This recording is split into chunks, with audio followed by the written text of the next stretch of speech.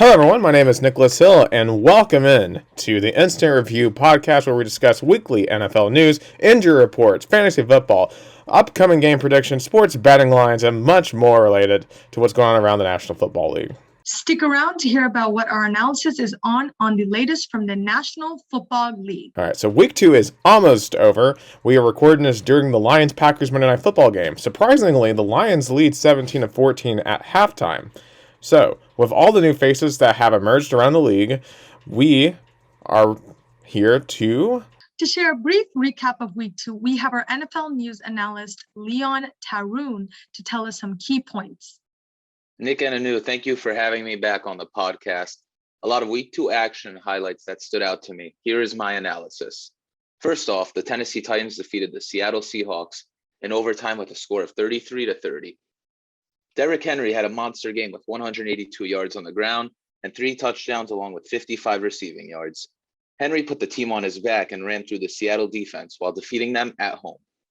Next up, we have Tom Brady with 5 touchdowns and a win against the Atlanta Falcons. Gronk caught 2, Mike Evans caught 2, and Chris Godwin had 1 score. The passing game of Tampa Bay looks even more impressive than last year. With 9 touchdowns in 2 games, TB12 is a force to be reckoned with and a possible MVP candidate. Finally, Lamar Jackson leading the Baltimore Ravens with a win against the Kansas City Chiefs. Jackson looked unstoppable in the fourth quarter and ran through the defense. Even with all the blitzes sent, he led the Ravens to a big comeback and a big regular season win.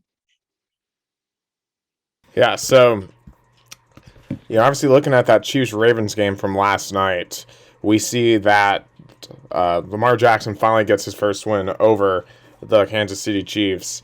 And my question to you, Leon, is where does this affect his standing within the conversation for top quarterbacks in the league, and just how big was this win for Lamar Jackson?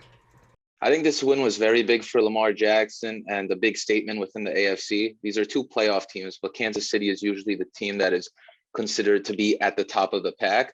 But Lamar Jackson is somebody that did win MVP a couple seasons ago, Nick. So here's a guy that can compete, can easily take his team to the playoffs, and someone that beat the Kansas City Chiefs, even with injuries and blows, especially to the running backs. And he was just able to come back within the fourth quarter and ran all over the Chiefs defense. Like I said before, they were sending the blitzes with the read options. Kansas City could not hold them.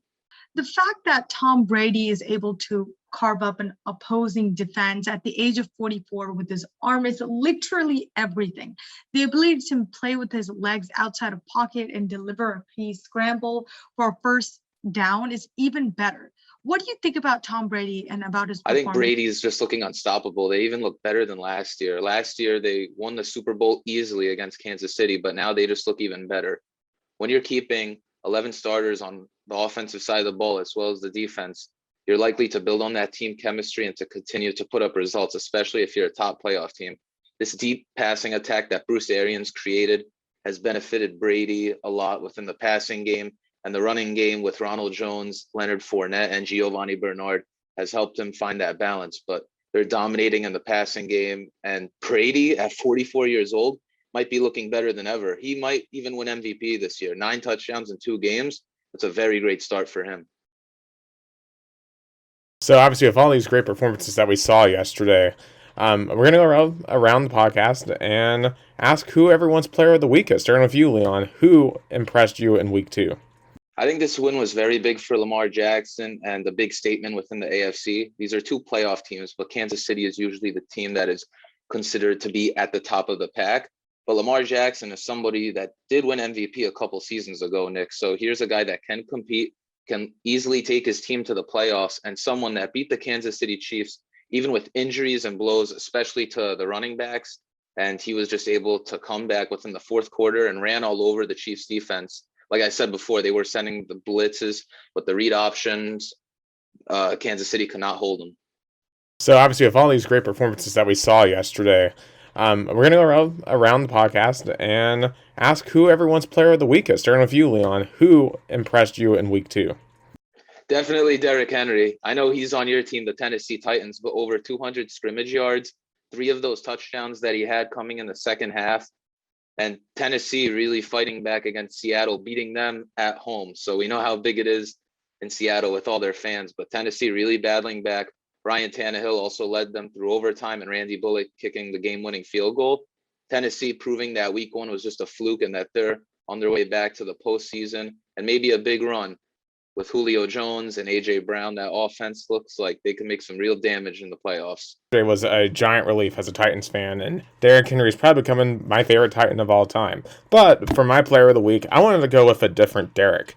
Derek Carr, a quarterback for the Las Vegas Raiders, put up 382 yards yesterday on the Pittsburgh Steelers, a team that made Josh Allen look really average in week 1 on 75% completion percentage. It was an absolutely phenomenal game, a game where the Steelers really were clamping down on his best target in Darren Waller. Yeah, if Derek Carr continues to play like this, the Raiders might be a playoff team, and Derek Carr might be playing his way into the MVP conversation. Derek Carr is playing that good. Pay attention to the Las Vegas Raiders. Anu, who is your player of the week? I gotta say Aaron Rodgers. Look, I'm not losing hope on him. Even though he struggled in week 1, he is a former MVP and will have a dominant game against the Detroit Lions as we speak. Yeah, so first and foremost, before we get to more stuff with you, Oscar, I want to thank Leon for giving us a rundown of some of the biggest headlines after week 2. As you can tell, it was an extremely action-packed week of football. Thank you for having me. So, like Nick mentioned, I got to ask you this. How is losing their quarterback affect the offensive side of the game? All right, thank you, Anu. Appreciate it. Hey, guys, we're going to look at the injury report for the guys that got hurt yesterday, and we're going to see how that affects the respective team in the upcoming week and the weeks following through. First, we're going to start off with Deontay Johnson with the Steelers. He hurt his knee. Doesn't seem like it's going to be very serious. He might be able to go, so we're hoping for that. A big injury on their defensive side, T.J. Watt, who's an edge rusher, seems to have hurt his groin, and he's dealing with that injury. We're going to see how he handles that. Hopefully he'll be back by next week. In the Miami Dolphins, we got Tua Tagovailoa. He injured his ribs during the game. He was taken out. Jacoby Brissett came in. Kind of a limited role, didn't really get a lot of work in. But reports from Tua seem that it's not a fracture for his ribs, so as long as he's able to tolerate the pain and he's mobile enough, he'll be back next week. Another quarterback injury is Tyrod Taylor with the Texans. He hurt his hamstring. This one might be a little difficult because he has a short week. They have a Thursday night game, so he may not be able to come back from that injury quickly enough. It's interesting to know he's also a backup QB, so we're going to see what the Texans do to replace him. Browns, Jarvis Landry got hurt in his knee. Seems like he might be out 1 or 4 weeks. His injury puts a lot of pressure on players like Odell Beckham and trying to get them back from injury. Odell Beckham was hurt last year. With the Rams, we got Darrell Henderson, who hurt his ribs. Depends on whether it's a fracture or not. With the running backs, he has behind him Sony Michel, who came from the Patriots. And he traded for him early this year because of all the injuries that they had at running back. So he'll be able to fill in if Darrell Henderson doesn't make it back. A big injury for the Colts was Carson Wentz. He seemed to have hurt both ankles yesterday, and he was taken out of the game. Jacob Eason's going to come in. He came in and played for him, and he'll be covering for him next week. Bears, we got Andy Dalton, who got hurt. We'll know more about his injury after he gets an MRI and what the reports say from his knee. The interesting thing here is that Justin Fields, who's a rookie QB, his first-round pick for the Bears, and is projected to be the quarterback of the future. He's going to be the guy who's going to be filling in if Andy Dalton doesn't make it. They may lean more on the running game because Justin Fields can't take that pressure off of him. And the team with the most bad luck, it seems, is the 49ers. They lost all their running backs yesterday. Elijah Mitchell hurt his shoulder. J. Michael Hasty hurt his ankle. He might be out 1 or 3 weeks. And Trey Sermon had a concussion. He goes into concussion protocol. So the only one that seems most likely to be available for next week is Elijah Mitchell, and hopefully makes it back, plays a big role there in that game. For the Jaguars, we got Laviska Shenault, who hurt his shoulder. He might be out for a week or so if it's not a serious injury. Vikings, they got Dalvin Cook with an injury, not very serious. He exited the game several times, but he came back. And Russell Gage with the Falcons hurt his ankle. We're going to see how that affects that explosive passing offense. And yeah, those are the injury reports for this past Sunday.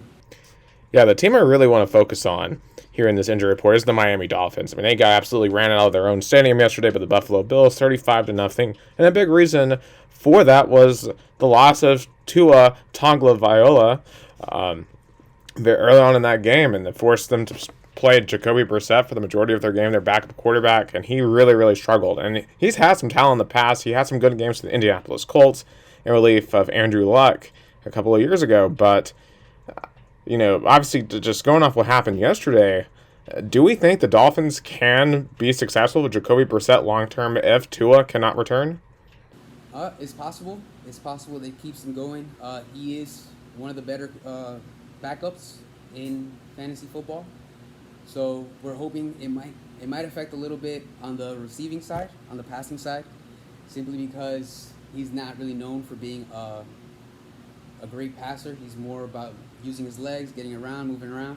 So we'll see how he does. He's been more of a manager, of a game manager historically. So we'll see how he does. So, like Nick mentioned, I got to ask you this. How is losing their quarterback affect the offensive side of the game? Yeah, it's going to affect his passing. It's going to affect the running game. Because he is a runner, he might be able to step up and do those things. So it might affect the fantasy value of his running backs as well as his wide receivers.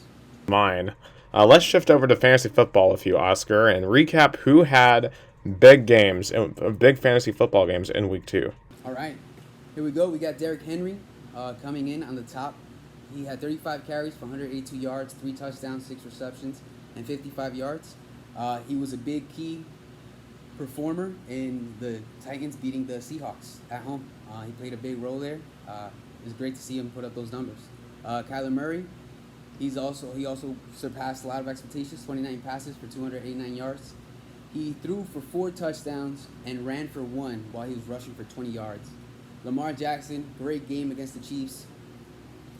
Threw for 235 yards and a touchdown, and he rushed for 86 yards. That's a big plus for him. That's 8 points easily, standard scoring. Tom Brady, blowing it up, throwing it, finding the end zone, 276 yards, 5 touchdowns. Awesome performance for him, keeping the Bucs hot, staying hot himself, staying as a top 5.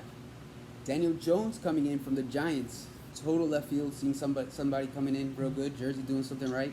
249 yards, touchdown. Threw for a touchdown, run for 95 yards, and also rushed for a touchdown. So he did great. And really impressive. Let's see what the Giants do from now on with him. 3 surprise performances that stood out to me. Courtland Sutton from the Broncos kind of played off of that Jerry Jeudy injury from last week. Got 9 catches, 159 yards. Did great. Cordarrelle Patterson, kind of a gadget player in the past, went from wide receiver to special teams to running back, and he's actually rushed 7 times for 11 yards yesterday, and he rushed for a touchdown and also made 5 passes for 58 yards. Another backup running back that had a great day was Tony Pollard with the Cowboys. He had 13 carries, 109 yards, touchdown, and 3 catches for 31 yards. So awesome. Who do you think will have big games in week 3, though? Well, we have some top 5 waiver wire picks for you guys to look at. Rondale Moore for wide receiver for Arizona. He went off this week, kind of jumped on that Kyler Murray train, and he's doing great. Darnell Mooney from Chicago. This one is kind of tied to whether Justin Fields gets to be the quarterback or Andy Dalton. When Justin Fields came on the field, they seemed to have great connection and played well together. Tim Patrick, also playing off that Jerry Jeudy injury from last week, and kind of jumping on that Courtland Sutton. Courtland Sutton went well. We're going to hope Tim Patrick does well as well. Cordarrelle Patterson, also he can keep doing well if he keeps taking on reps from Mike Davis. So running back, wide receiver, dual action guy. J.D. McKissick, running back for Washington, rushed 4 times for 10 yards, but he's getting more involved and doing more things. So those would be my top 5 waiver wire picks. Yeah, an additional staff pick we would like to have here for the waiver wire, Hunter Renfrow. He's a wide receiver for the Las Vegas Raiders. And if you watched the Raiders-Steelers game yesterday, you noticed that Darren Waller, the superstar on the Raiders, was getting absolutely blanked by the Steelers defense. They were focusing all their attention on him. And it was opening up the game for a lot of these other Raiders receivers like Hunter Renfrow, Henry Ruggs. So if Renfrow is available in your league, then I think he is a worthy addition to your bench because Derek Carr right now is absolutely on fire, and these other guys are going to get their catches. So if you need another wide receiver to add some depth to your team, look at a guy like Hunter Renfrow. But we thank you, Oscar, for your input on fantasy, football, and the injury report. Thank you Now, for having me. do you want to make some bag? Here to discuss the opening spreads for Week 3 matchups, here is Connor Kennedy. Thank you, New. Now I have 4 matchups to discuss this week, and I'm going to kick it off with the Atlanta Falcons versus the New York Giants.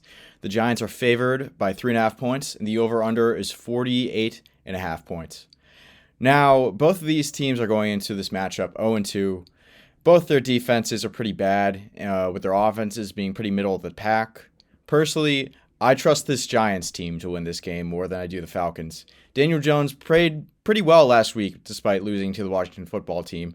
And with this Falcons defense being easily the worst this Giants team will face so far, as well as their upgrade receiving core this year, with Kyle Rudolph and Kenny Golladay, I think this Giants offense will perform well enough that they could win their first game of the year in season 3, or week 3, sorry. Now, this next matchup that I'll talk about will be between 2 AFC South teams trying to compete for the division title. It'll be the Indianapolis Colts versus the Tennessee Titans. Now, the Titans are favored by 5.5 points in this game, with the over-under being 50.5 points.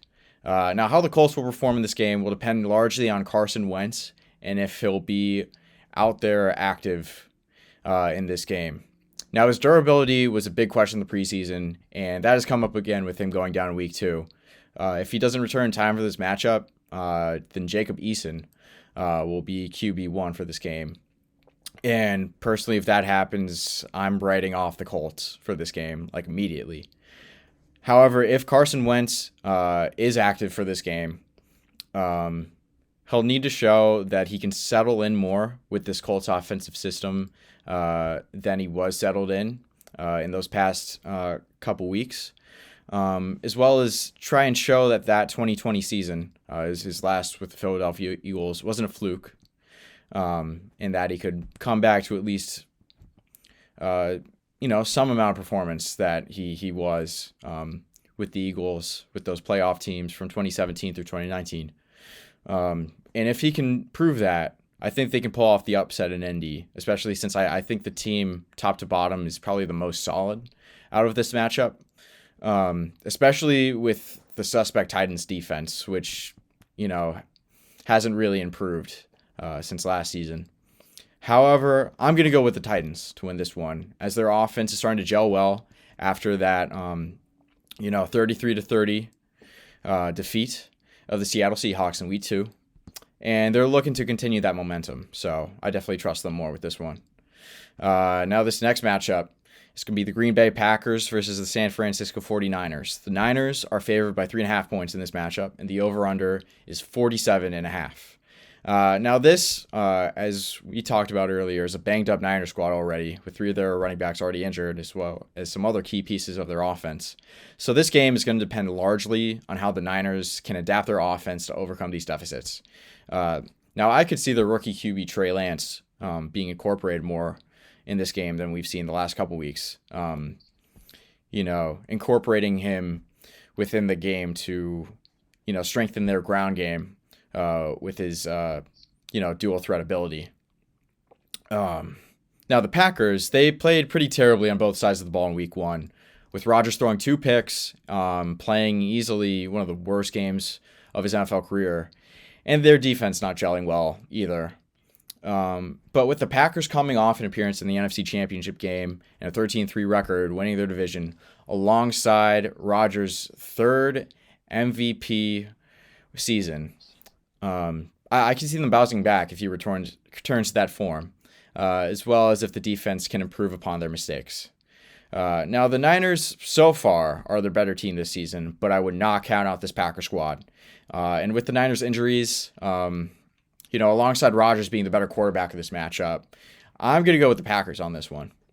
Now, this last one is between 2 NFC contenders.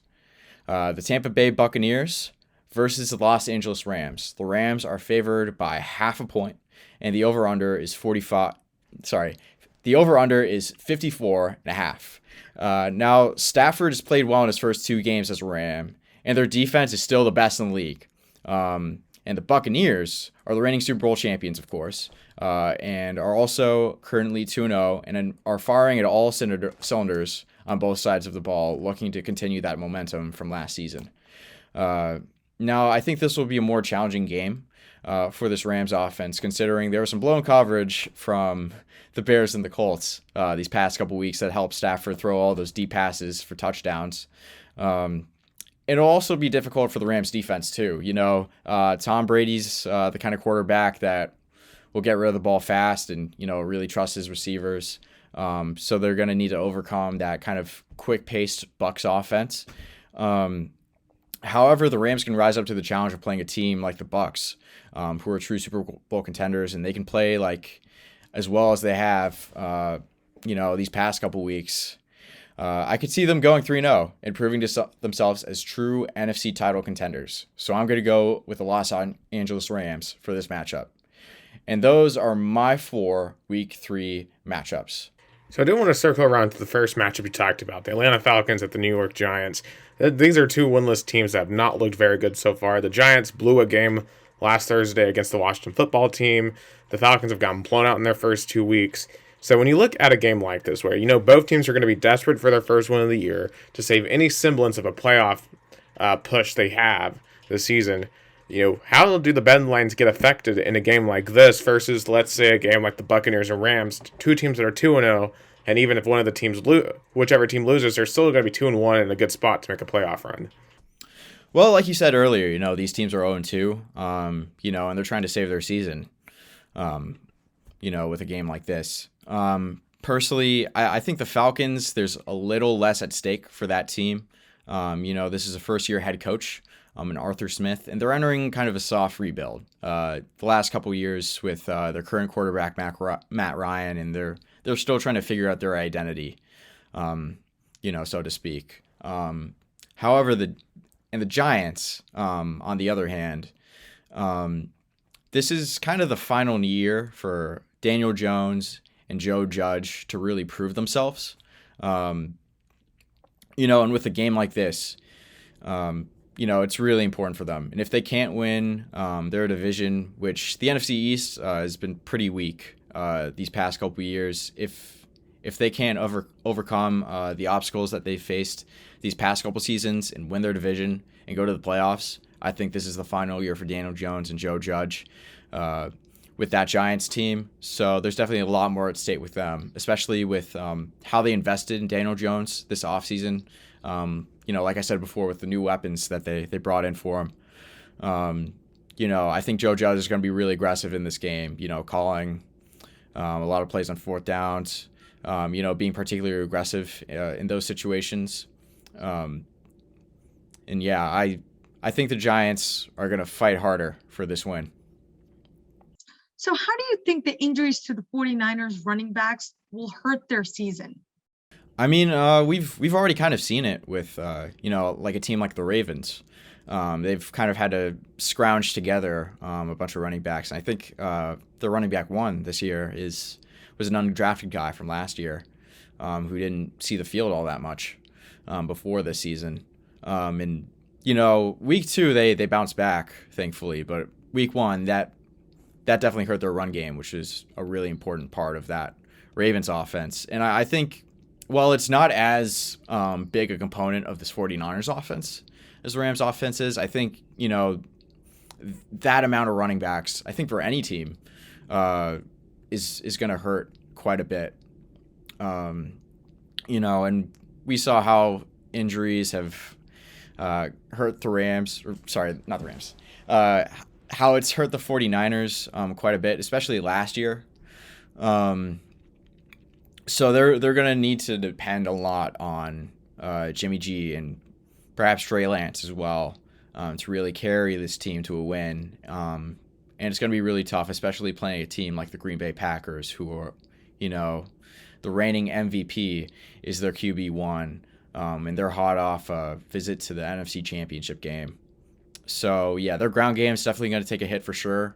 But as long as Jimmy G and Trey Lance can really help lead this team and help out their passing attack, then who knows what will happen. But definitely since their ground game took a hit, I think that the team takes a hit in general. It's going to be much harder to pull off a dub. We'll see how the 49ers progress over the season. But with that being said, that is a wrap. And thank you again for everyone for watching the Instant Review podcast. Nick? We will see you next week when we recap all of the NFL-based news, injury reports, fantasy predictions, and much, much more after week 3 of NFL action. Thank you for listening, and take care.